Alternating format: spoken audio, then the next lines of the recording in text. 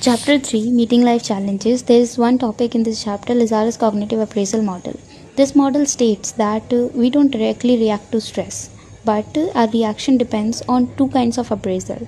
First is primary appraisal and second is secondary appraisal. So suppose someone encounters a stressor or changing life event or a changing situation, so they will evaluate the situation first. The situation would be either positive, negative or neutral. So what are positive situations? Positive situations are any event that induces some positive change in our life. For example, getting a promotion, buying a new house, buying a new car. So these are the entering college. These are the situations, these are the environments, changing environment that are positive to our life, right? But they still cause stress. So that's positive life event. Negative life events are the ones that are negative.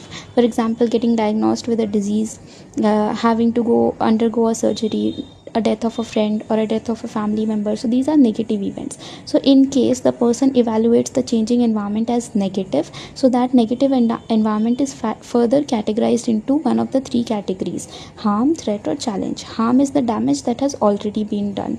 Threat is the challenge that could be upcoming, that is the future damage, and challenge is something that we need to overcome. So in case the situation is identified as threat, so the person moves on to the secondary appraisal. Now what is appraisal? Appraisal is our evaluation of the situation, how we perceive the situation. So in first appraisal we evaluated the situation. In second appraisal we evaluate our resources to deal with the situation. If we have sufficient resources to deal with the situation, it would lead to less stress. If we don't have sufficient resources to deal with the situation, it will lead to more stress. So resources could be categorized into personal, psychological, cognitive and social. So personal resources are medical access, money, etc.